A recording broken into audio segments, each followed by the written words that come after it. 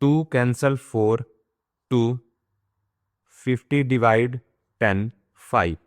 5 multiply 2. The answer is 10, but the answer is wrong. To follow KCF rule. KCF. Keep, change and flip. 50. Keep, change.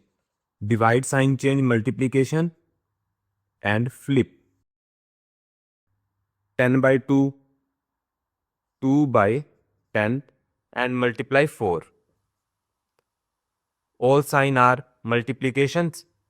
Then cancel out 10 and 50. 5.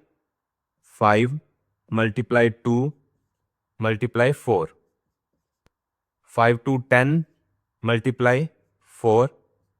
40. The correct answer is 40.